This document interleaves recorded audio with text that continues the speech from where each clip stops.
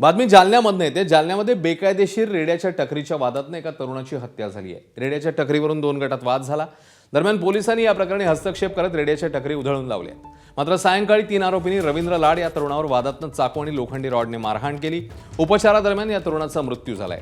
या प्रकरणी पोलिसांनी 3 आरोपींना अटक केली आहे आणि हत्येचा गुन्हा दाखल करण्यात आलाय।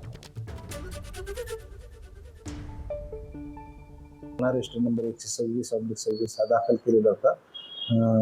खुनाचा प्रयत्न या कलमाखाली 109 BNS खाली, परंतु आज मृत्यू झाल्यानंतर आपण गुन्ह्याच्या कलमामध्ये वाढ केलेली आहे। 103 प्रमाणे कलम वाढ केलेली आहे।